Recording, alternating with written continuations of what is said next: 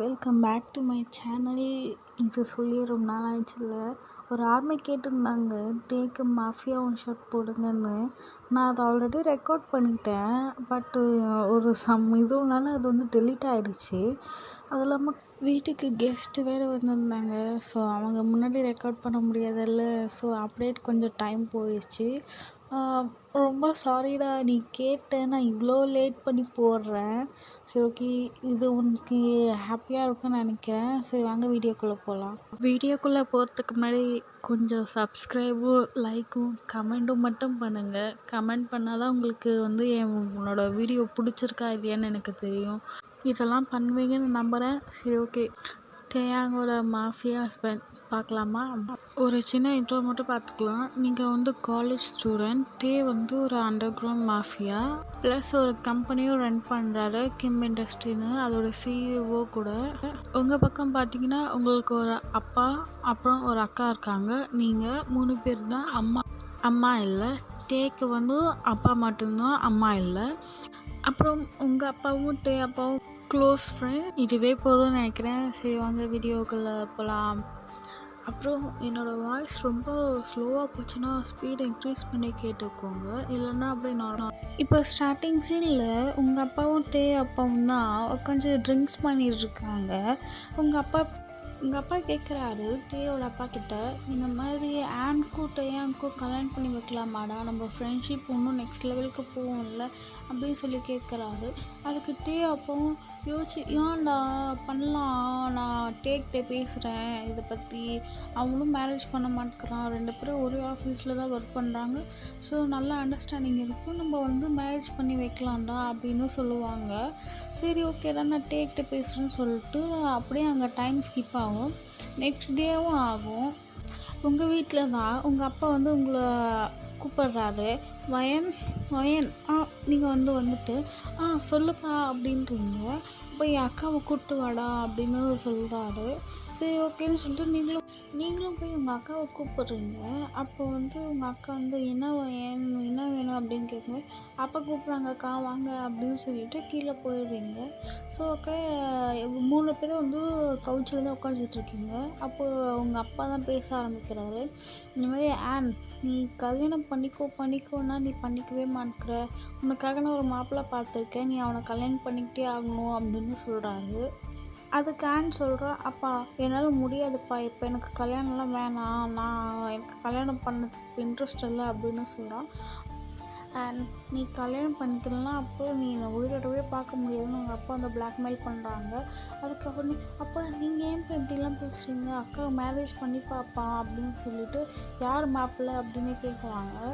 அப்போ வந்து டேயோட ஃபோட்டோ எடுத்து உங்கள் அப்பா கொடுக்குறாரு.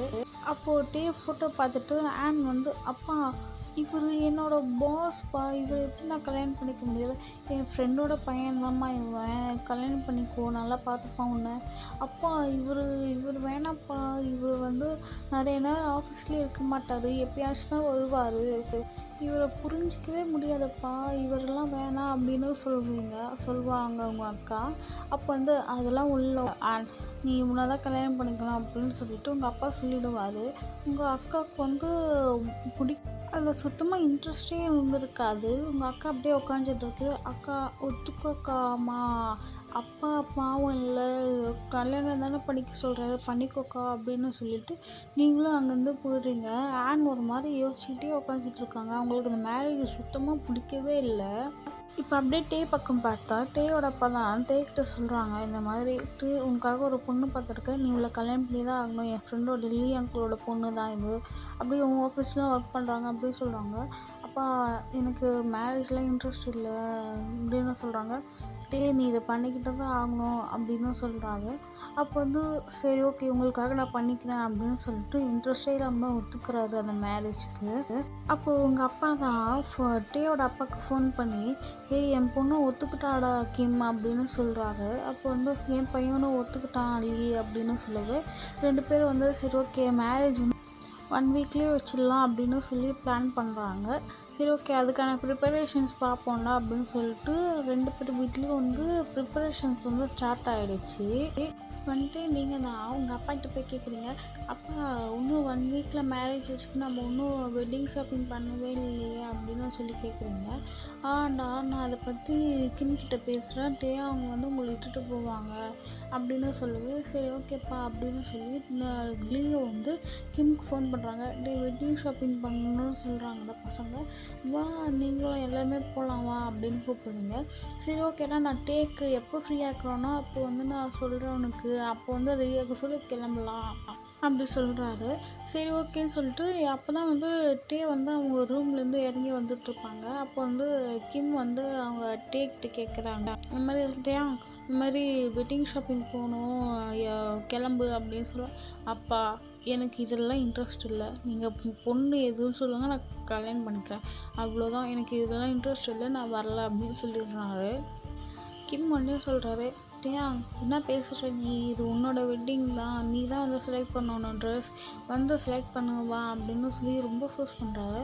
அப்பா எனக்கு ஒரு மீட்டிங் இருக்குது, நான் போகிறேன், நான் அதை முடிச்சுட்டு வந்து உங்களுக்கு ஜாயின் பண்ணிக்கிறேன் அப்படின்னு சொல்லுவார்.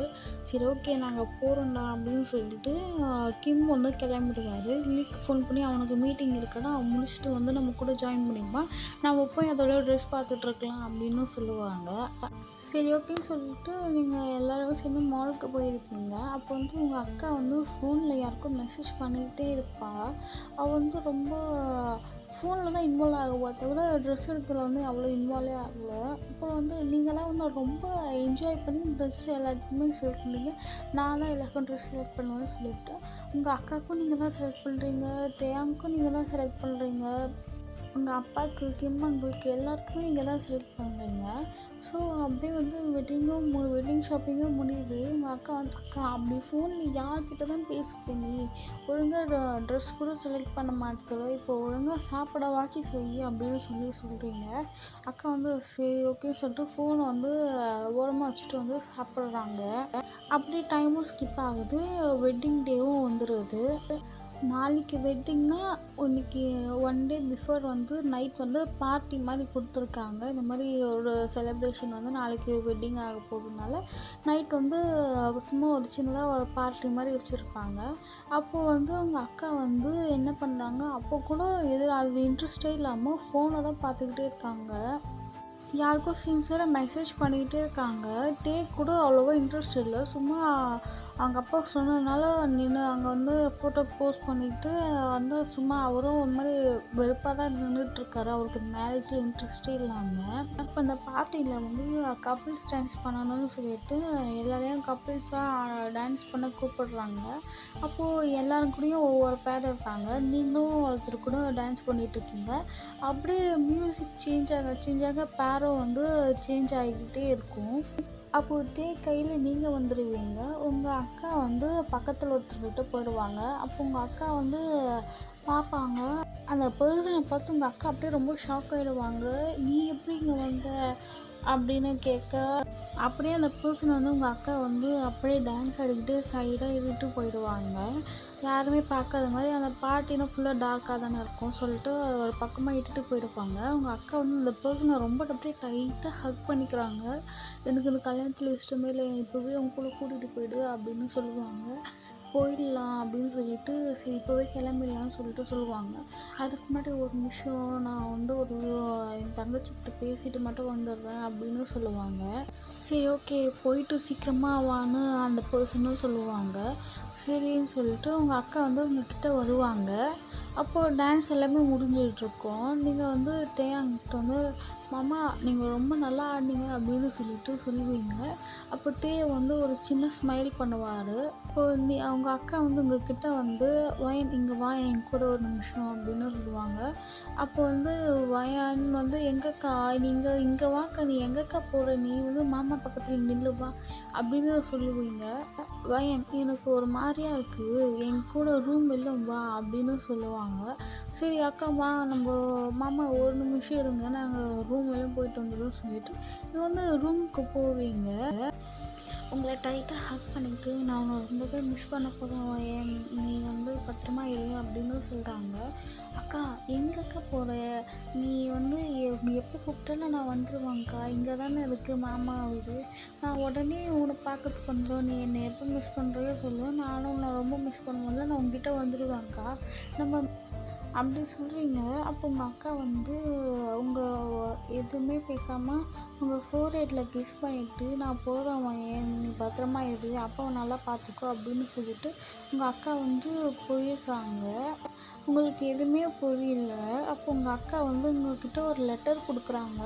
இது நான் போனதுக்கப்புறம் பிரித்து பாருவேன் அப்படின்னு சொல்கிறாங்க.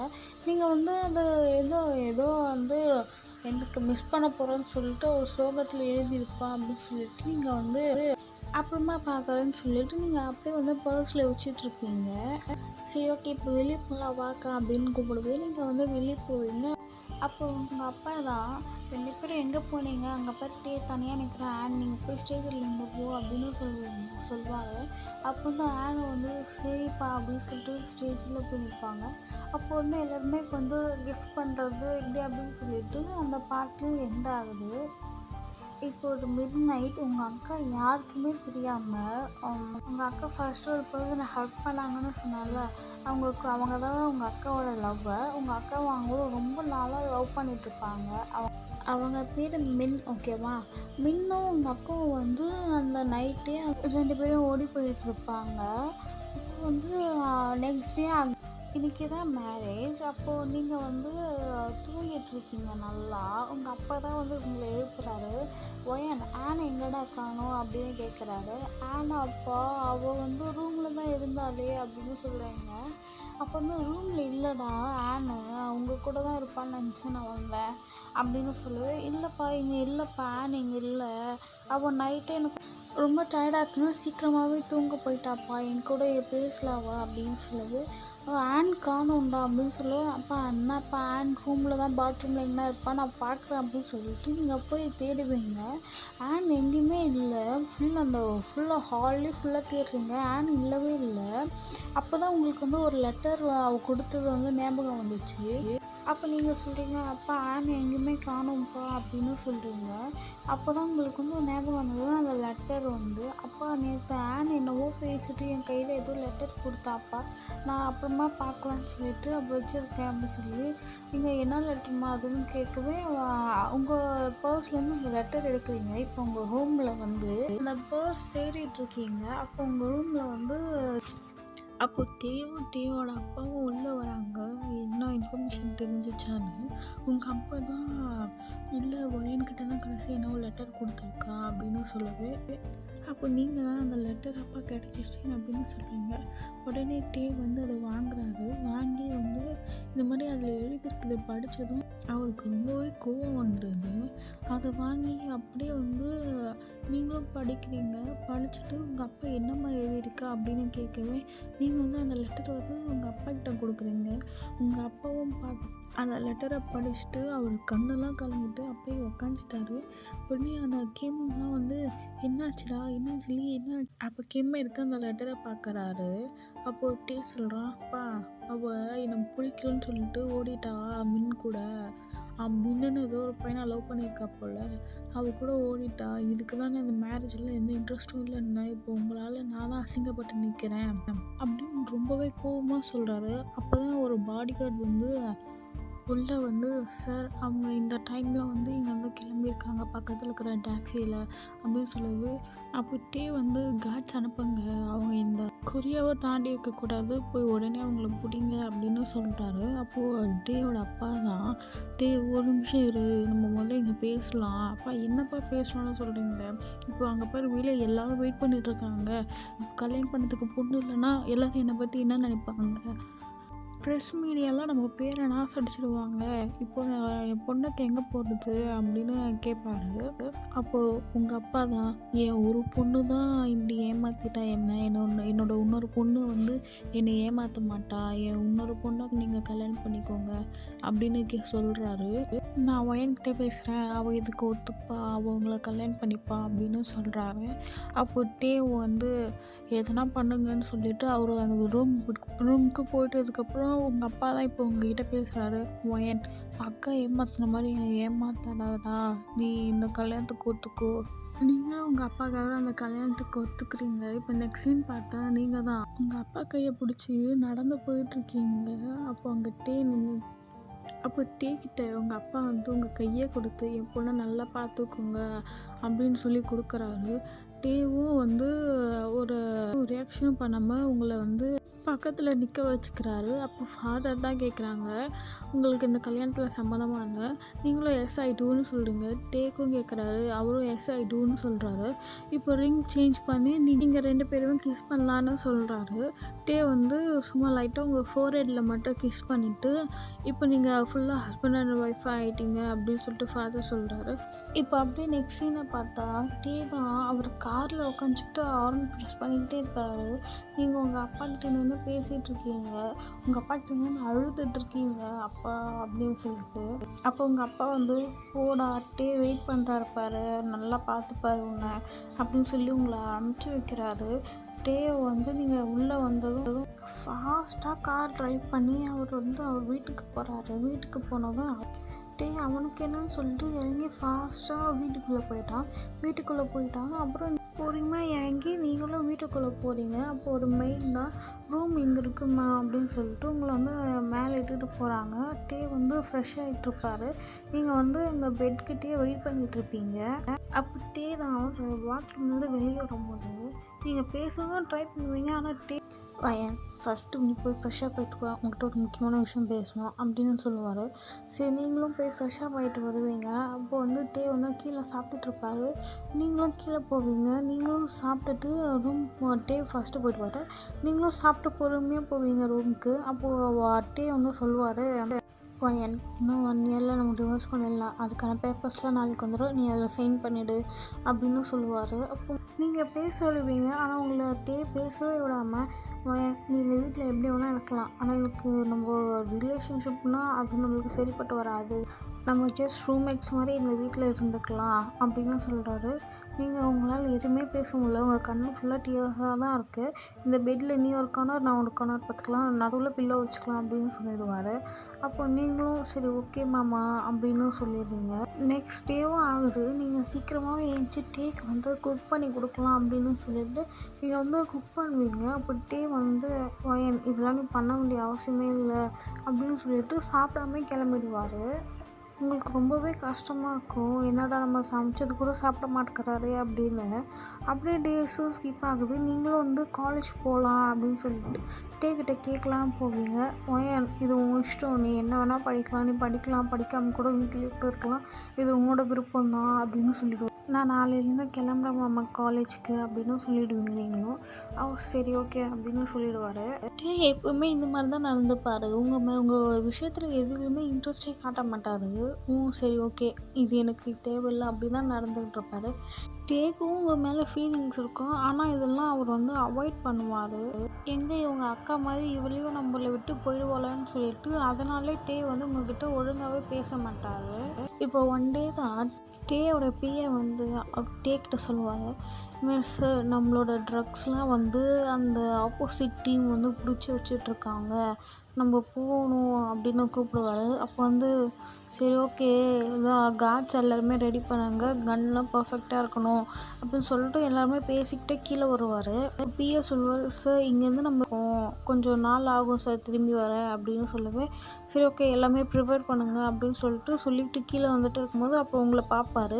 அப்போ பிஏ கிட்ட சொல்லுவார், வயனுக்கு எப்போவுமே கார்ட்ஸ் கூடவே இருக்கிற மாதிரி பண்ணேன், ஆனால் அது அவளுக்கு தெரிய வேணாம், நம்ம வெளியே போகிறதுனால அவளுக்கு கொஞ்சம் செக்யூரிட்டிலாம் டைட் பண்ணுங்க அப்படின்னு சொல்லுவார்.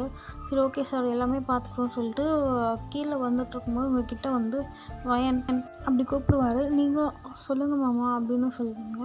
அப்போ வந்து நான் கொஞ்சம் வெளியே போகிறதா இருக்குது, அதுக்கு நான் எதனா ஹெல்ப் பண்ணணுமா அப்படின்னு கேட்குறீங்க. இல்லை நீ கொஞ்சம் சேஃபாக வீட்டிலே இரு, காலேஜ் வந்து போகாத அப்படின்னு சொல்கிறாரு.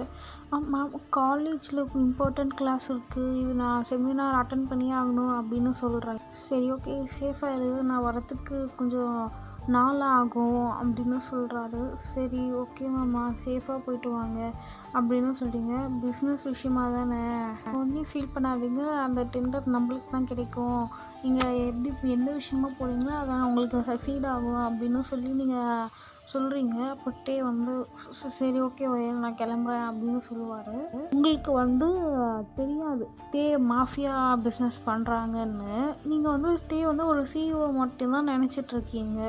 அப்போ டே வெளியே போகும்போது பியா தான் சொல்கிறார், சார் நீங்கள் மாஃபியான்னு சொல்லிடலாம்ல சார் மேடம்கிட்ட அப்படின்னு சின்ன பொண்ணு அவள் பயந்துருவா, நான் மாஃபியான்னு திடீர்னு போய் சொன்னால் இதை முடிச்சுட்டு வந்து நான் சொல்லிடுறேன், அவகிட்ட சொல்ல தான் போகிறேன், மேடமாக தெரியறதுக்கு முன்னாடி நீங்களே சொல்லிட்டா அது நல்லது சார் அப்படின்னு சொல்கிறாரு பிஏவும். சரி வாங்க முதல்ல இதை பார்க்கலாம் அப்படின்னு சொல்லிட்டு போவார்.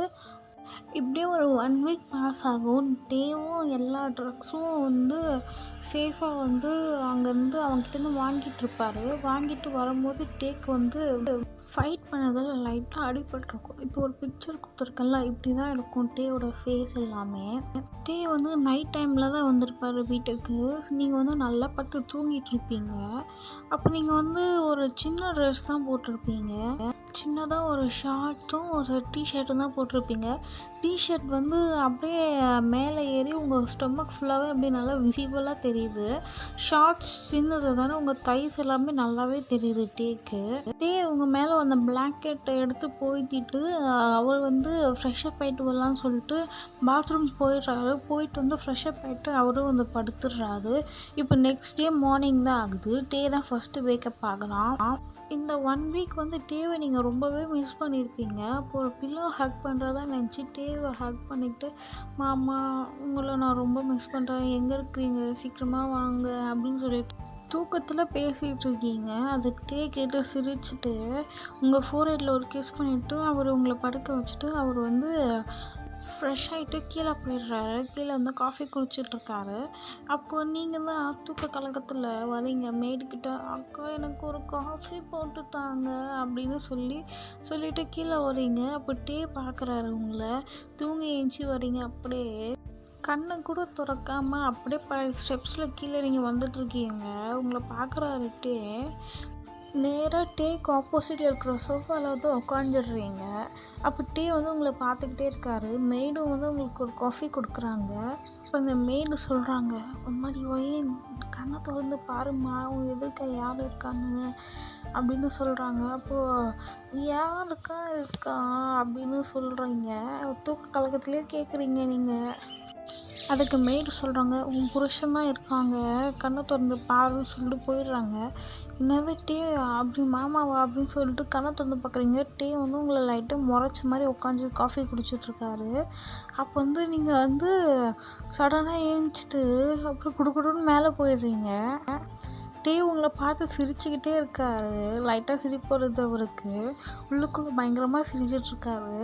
நீங்கள் போயிட்டு நம்ம பார்த்தது உண்மை தானா, இல்லை நம்ம கணக்கு தான் பிரமையாக தெரியுதா அப்படின்னு சொல்லிட்டு நீங்கள் வந்து ஃபாஸ்ட்டாக போய் ஃப்ரெஷ்ஷப் ஆகிட்டு ஒரு கீழே வரீங்க. அப்போ டே வந்து சொல்கிறாரு, வயன் உங்ககிட்ட ஒரு விஷயம் பேசணும், சீக்கிரம் ரெடி ஆகுது, நம்ம ஒரு இடத்துக்கு போகணும் அப்படின்னு சொல்லிடுறாரு. சரி ஓகே மாமான்னு சொல்லிட்டு நீங்களும் ரெடி ஆகுங்க. டேவும் வந்து ரெடி ஆகிட்டு வராரு. நீங்கள் வந்து யோசிப்பீங்க, இன்றைக்கி தான் மாமா வந்து தனியாக நம்மக்கிட்ட பேசணும்னு சொல்லியிருக்காரு, ஸோ இன்றைக்கே வந்து நம்ம மாமாவுக்கு ப்ரப்போஸ் பண்ணிடலாம் அப்படின்னு நினைப்பீங்க. டேவும் அதே தான், நான் ஒரு மாஃபியான்றதை சொல்லிவிட்டு அவங்களுக்கு வந்து ப்ரப்போஸ் பண்ணலாம் தான் இருக்கு. அப்போ தான் நீங்கள் வந்து டேவை நோட்டீஸ் பண்ணுவீங்க. டே ஃபேஸ்லாம் அடிபட்ட மாதிரி இருக்கும். அப்போ நீங்கள் கிட்ட போய் கேட்பீங்க, மாமா உங்கள் ஃபேஸில் என்ன ஆச்சு அப்படின்னு. அப்போ தான் டேவும் நோட்டீஸ் பண்ணுவார், அவரோட கன்னத்தில் ஒரு சின்ன சின்ன அடிபட்டிருக்கும். நான் உங்களுக்கு பிக்சர் காட்டுறேன். அப்போ நீங்கள் தான் அவர் கன்னத்தை அப்படியே கட் பண்ணி உங்கள் தம் ஃபிங்கரால் அப்படியே அந்த தம் ஃபிங்கரை வச்சு அப்படியே மேலே அப்படியே ரைட்டாக அதை மேலே கையை வைப்பீங்க. வலிக்குது வயன் அப்படின்னு சொல்லுவார். அப்போது என்ன ஆச்சு மாமா, ஏன் இப்படி அடிபட்டிருக்கு உங்களுக்கு அப்படின்னு நீங்கள் கேட்கவே, அது வந்து ஏன் மாமா ப்ளீஸ் எதாக இருந்தாலும் உண்மையாக சொல்லுங்கள் அப்படின்னு நீங்கள் கேட்பீங்க. சரி ஓகே நான் சொல்கிறேன், ஆனால் நீ வந்து என்னை எதுவும் தப்பாக எடுத்துக்க மாட்டல்ல, ஏன் என்கிட்ட இதை முன்னாடியே சொல்லலை அப்படின்னு சொல்லி, இந்த விஷயம் தெரிஞ்சதுக்கப்புறம் உனக்கு வந்து என்னை பிடிக்காம கூட ஆகலாம் அப்படின்னு சொல்கிறாரு. அப்படி அவர் லிப்ஸ் மேலேயே உங்கள் கையை வச்சு சொல்கிறீங்க, மாமா உங்களுக்கு வந்து நான் ஒன்று சொல்லவா, எனக்கு வந்து உங்களை ரொம்ப பிடிக்கும், நீங்கள் என்னை ஃபோர்ஸ் பண்ணி கல்யாணம் பண்ணி வச்சாங்க அப்படிலாம் நீங்கள் நினைக்காதீங்க, நான் சம்மதிச்சு தான் எனக்கு இந்த கல்யாணமே ஆச்சு, எனக்கு உங்களை ரொம்ப பிடிக்கும் அப்படின்னு சொல்கிறீங்க. ஸ்டார்டிங்லே உங்களுக்கு வந்து என்னை பிடிக்கலனாலும் அப்புறம் போக போக வந்து எனக்கு உங்களை ரொம்பவே பிடிக்க ஆரம்பிச்சிடுச்சு, ஐ ரியலி லவ் யூ மாமான்னு சொல்லிட்டு நீங்கள் வந்து தேயோட லிப்ஸ்லேயே வந்து கிஸ் பண்ண ஸ்டார்ட் பண்ணுறீங்க. நீங்கள் எப்படி இருந்தாலும் நான் உங்களை அக்செப்ட் பண்ணிப்பீங்க நான் அப்படின்னு சொல்கிறீங்க. அப்போ தேவும் வந்து கிஸ்ஸை பிரேக் பண்ணிவிட்டு, ஏன் நான் ஒரு மாஃபியா, இதை நான் உங்கள்கிட்ட மறைச்சிட்டேன் அப்படி. அப்போது நீங்கள் சொல்கிறீங்க, எனக்கு முன்னாடியே தெரியுமாம்மா நீங்கள் ஒரு மாஃபியான்னு அப்படின்னு சொல்கிறேன். நீ உனக்கு எப்படி ஏன் தெரியும் அப்படின்னு கேட்குறாரு. அப்போது வந்து நீங்கள் வந்து சொல்கிறீங்க ஒரு சின்ன ஃப்ளாஷ்பேக். டே ஒரு 1 வீக் வெளியே போயிருப்பால, அப்போ உங்களுக்கு வந்து ரொம்ப போர் அடிச்சிருக்கும்னு சொல்லிட்டு நீங்கள் வந்து வீடை சுற்றி பார்க்கலான்னு சுற்றி பார்ப்பீங்க. அப்போ வந்து டேவோட ஒரு சில இதுவெல்லாம் எடுத்து பார்த்தா டே வந்து ஒரு மாஃபியான்னு உங்களுக்கு தெரிஞ்சிருக்கும். அப்போ டே கேட்குறாரு, எல்லாமே உனக்கு தெரிஞ்சிருச்சா, தெரியுமாம்மான்னு சொல்லிட்டு நீங்கள் வந்து டேவை நல்லா ஹக் பண்ணிக்கிறீங்க. அப்போது டே வந்து என்னை விட்டு போக மாட்டல அப்படின்னு கேட்குறாரு. போக மாட்டேம்மாம்மா அப்படின்னு சொல்லி டே வந்து ஐ லவ் யூ ஏன் அப்படின்னு சொல்லி உங்களை ரொம்ப நல்லா டைட்டாக ஹக் பண்ணி கிஸ் பண்ண ஸ்டார்ட் பண்ணுறாரு. கிஸ் பண்ணி பெட்க்கு அப்படியே புஷ் பண்ணிகிட்டே போகிறாரு. புஷ் பண்ணிக்கிட்டு உங்கள் ட்ரெஸ்லாம் ரிமூவ் பண்ணுறாரு. அப்போ நீங்கள் கேட்குறீங்களா, மாமா இது இப்போவே நடக்கணுமா, எனக்கு இப்போவே வேணும் ஏன் அப்படின்னு சொல்லி உங்களால் திருப்பி கிஸ் பண்ண ஸ்டார்ட் பண்ணுறாரு. மாமா பொறுமையாக பண்ணுங்கன்னு சொல்கிறீங்க. டே வந்து உங்கள் நெக்கிட்ட வந்து ஃபுல்லாகவே கிஸ் பண்ணுறாரு, பைட் பண்ணுறாரு உங்கள் நெக்கு ஃபுல்லாகவே. உங்களுக்கு ஒரு மாதிரியாக இருக்குது. நீங்கள் டே கிட்ட மாமா பொறுமையாக அப்படின்னு சொல்லிகிட்டே இருக்கீங்க.